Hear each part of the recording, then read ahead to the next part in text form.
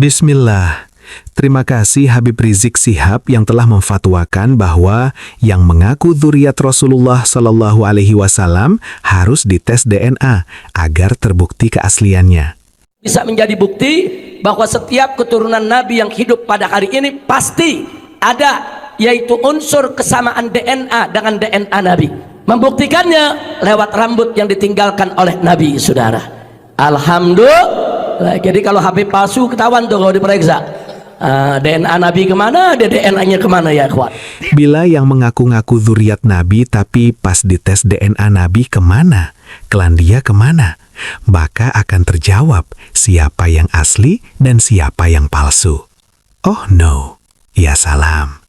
Ternyata hasilnya para Habib klan Ba'alwi hasil tesnya haplogrup G. Sedangkan dzurriyyat Nabi Muhammad Shallallahu Alaihi Wasallam yang asli, Bani Adnan Quraisy, adalah J1. Terima kasih banyak Imam Besar FPI Habib Rizik Syihab. Fatwamu ungkap kepalsuan nasabmu kepada Nabi Muhammad Shallallahu Alaihi Wasallam. Jasamu tidak akan dilupakan dalam diskursus polemik nasab.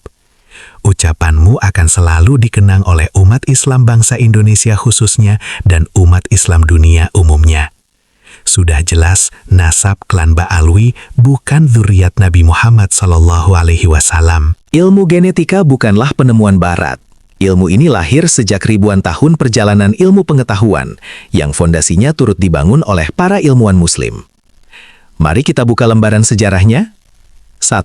Al-Jahiz. Dalam kitab Al-Hayawan, ia menguraikan konsep seleksi alam 900 tahun sebelum Darwin menuliskannya. 2. Ibnu Sina menjelaskan sifat menurun dari penyakit hereditas, cikal bakal genetika klinis ada di dalam karyanya. 3. Al-Raji membedakan penyakit bawaan dari penyakit yang didapat, fondasi ilmu genetika kedokteran. 4. Ibnu An-Nafis menemukan sirkulasi darah, inilah dasar biologi modern. 5. Ikhwan As-Safa mengulas perubahan sifat, evolusi dan transisi biologis, benih teori evolusi modern.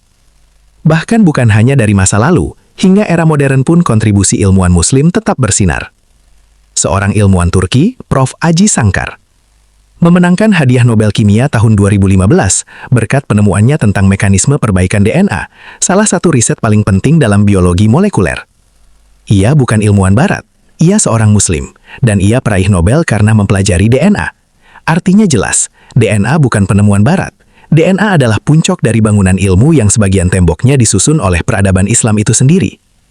Menolak DNA dengan alasan temuan barat sama absurdnya dengan menolak listrik karena Tesla lahir di Serbia. Masalahnya bukan barat atau Eropa, masalahnya adalah sains membuat mitos nasab kehilangan tempat untuk bersembunyi. Lalu muncul pertanyaan, kenapa para Habib menolak DNA? Kenapa mendadak disebut berbahaya? Kenapa dikaitkan dengan temuan barat? Jawabannya sederhana saja. Karena bagi sebagian orang yang menggantungkan kehormatan pada nasab, kebenaran genetika adalah ancaman paling mematikan. Bayangkan jika tes DNA benar-benar dilakukan, dan DNA-nya berbeda dengan kebanyakan keturunan Nabi Muhammad SAW yang banyak ditemukan di Timur Tengah dan Arab, terutama mereka mempunyai haplogrup J1. Maka pertanyaannya ini pasti sangat tidak nyaman bagi klan Ba'alawi. Benarkah mereka berasal dari bangsa Arab atau Quraisy, ataukah justru mereka berasal dari etnis lain? Sains atau ilmu pengetahuan menjawab semua pertanyaan itu, dan itulah yang memicu kepanikan. Mereka menolak dan berargumen bahwa DNA itu tidak valid. DNA hanya bisa diteliti dari jalur yang dekat saja. DNA itu buatan barat. DNA itu sebuah konspirasi. Padahal dalam kehidupan sehari-hari, kedokteran memakai genetika, forensik memakai genetika, terapi kanker memakai genetika, pemeriksaan penyakit bawaan memakai ilmu genetika. Kenapa semua itu diterima? Kenapa hanya ketika menyentuh nasab Ba'alawi, tiba-tiba genetika dianggap sebagai racun yang mematikan? Jawabannya hanya satu, karena kebenaran hanya ditolak oleh mereka yang hidup dari kebohongan. Dan pertanyaan yang paling menampar adalah ini, jika benar nasab Ba'alawi itu kokoh dan mulia, mengapa sedemikian takut pada tes DNA? Padahal DNA tidak punya mazhab, DNA tidak punya politik, tidak bisa disuap, bahkan hanya berbicara apa adanya, tidak pernah membunuh keyakinan. Yang membunuh keyakinan adalah kebohongan yang dilindungi oleh orang-orang berpengaruh seperti Rizik Syihab sendiri yang menolak hasil tes DNA. Yang sedang dikubur bukan ilmu barat, tapi akal sehat umat Islam sendiri. Terima kasih waktunya. Silahkan tulis pendapat di kolom komentar.